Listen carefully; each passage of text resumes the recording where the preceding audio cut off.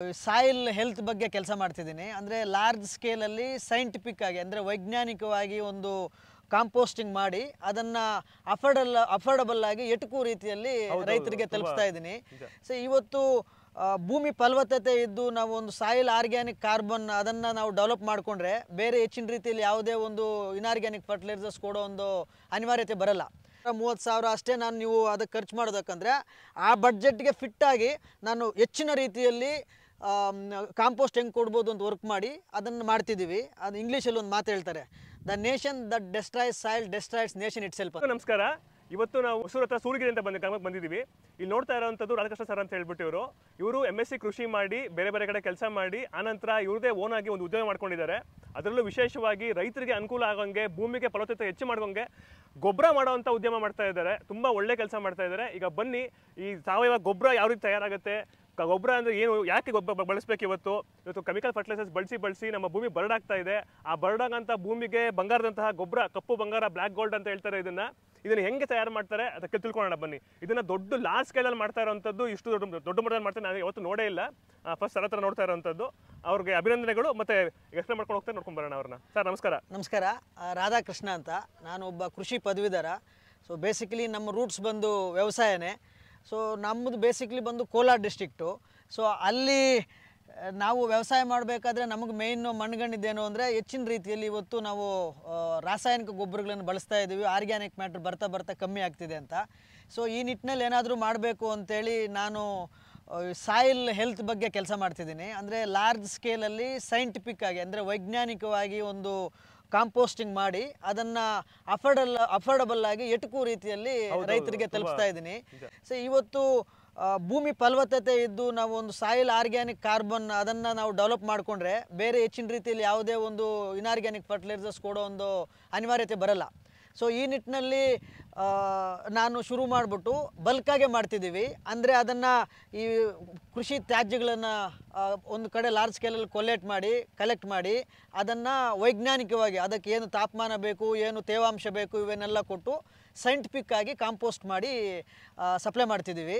So ಅದಕ್ಕೆ ಇರೋ ಒಂದು ಪ್ಲಾಂಟ್ ಬೇಸ್ಡ್ ಏನು ರಾ ಮೆಟೀರಿಯಲ್ ಅದನ್ನೇ ಯೂಸ್ ಮಾಡ್ತಿದ್ದೀವಿ.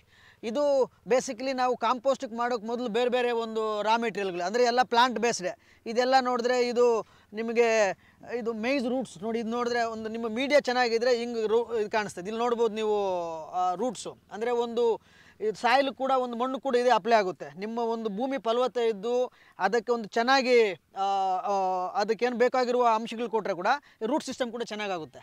ಸೊ ಇವೆಲ್ಲ ಬೇರೆ ಐಟಮ್ಸನ್ನು ತಂದು ಒಂದು 7-8 ಐಟಮ್ ಹಾಕಿ ಹಾಕಿ ಒಂದು ಭರಿತವಾದ ಒಂದು ಗೊಬ್ಬರನ ಬಲ್ಕಾಗೆ ಅಂದರೆ ನಾನು ಟ್ರಕ್ಸಲ್ಲೇ ಕಳಿಸ್ತೀನಿ ಮ್ಯಾಕ್ಸಿಮಮ್ಮು.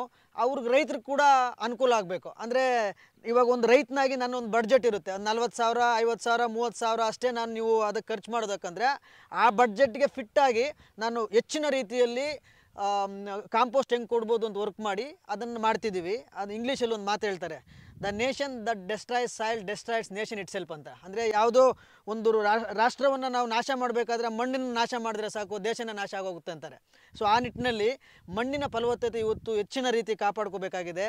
ಇವತ್ತು ಎಲ್ಲ ರಿಪೋರ್ಟ್ಸ್ ಎಲ್ಲ ನೋಡಿದ್ರೆ ಇವಾಗ ಸಾಯುವ ಇಂಗಾಲ ಆರ್ಗ್ಯಾನಿಕ್ ಕಾರ್ಬನ್ನು ಮೊದಲಿದ್ದಿದ್ದು 0.7, 0.8, 1% ಇದ್ದಿದ್ದು ಇವತ್ತು 0.3ಗೆ ಬಂದು ನಿಂತಿದೆ.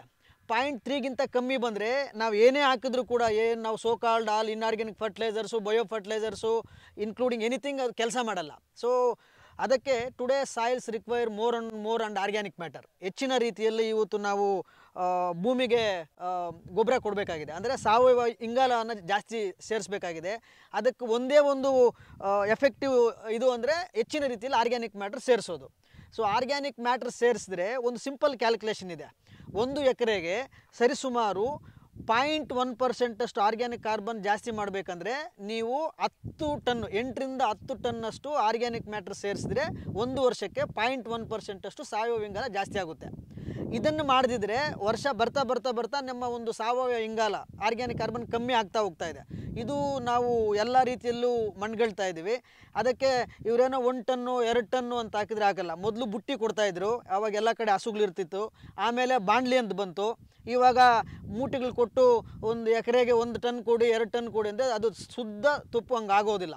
ನೀವು ಫಸ್ಟು ಆರ್ಗ್ಯಾನಿಕ್ ಕಾರ್ಬನ್ ಜಾಸ್ತಿ ಇದ್ದಾಗ ಒಂದು 0.7% ಇಲ್ಲ 1% ಬಂದಾದಮೇಲೆ ನೀವು ಸ್ವಲ್ಪ ಕೊಟ್ಟರು ನಡೀತದೆ. ಕಮ್ಮಿ ಇದ್ದಾಗಂತೂ ಹೆಚ್ಚಿನ ರೀತಿಯಲ್ಲಿ ಸಾವಯವ ಗೊಬ್ಬರನ ಭೂಮಿಗೆ ಸೇರಿಸಿದ್ರೆ ಅದರಲ್ಲಿ ಭೂಮಿಯ ಒಂದು ಟೆಕ್ಸ್ಚರ್ ಸ್ಟ್ರಕ್ಚರ್ ಅಂತ ಏನು ಹೇಳ್ತಾರಲ್ಲ, ಅದು ಭೌತಿಕ ಗುಣಧರ್ಮಗಳು ಚೇಂಜ್ ಆಗಿ ಈ ಕಾಂಪೋಸ್ಟ್ ಏನಾಗ್ತದೆ, ಒಳ್ಳೆಯ ಕಲ್ತಿರುವ ನೀವು ತಿಪ್ಪೆ ಗೊಬ್ಬರ ಕೊಡಿ ಯಾವುದು ಕೊಟ್ಟರು ಕೂಡ ಅದು ಚೆನ್ನಾಗಿ ಕಲ್ತಿರಬೇಕು. ಆ ಕಲಿಯೋ ಒಂದು ವೈಜ್ಞಾನಿಕ ಪ್ರೋಸೆಸ್ಸನ್ನೇ ನಾವಿಲ್ಲಿ ಮಾಡ್ತೀವಿ. ಈ ಕಾಂಪೋಸ್ಟ್ ಏನಿದೆ ಅದು ಈ ಜೀವಾಣುಗಳಿಗೆ, ಸೂಕ್ಷ್ಮ ಜೀವಾಣುಗಳಿಗೆ, ಕಣ್ಣಿಗೆ ಕಾಣದೇ ಇರುವಂಥ ಮೈಕ್ರೋಬ್ಸ್ಗೆ ಫುಡ್ಡಾಗಿ ಕೆಲಸ ಮಾಡ್ತದೆ. So today microbes required more of food. Food is nothing but organic matter. This what we are providing to the farmers. ನಮಸ್ತೆ.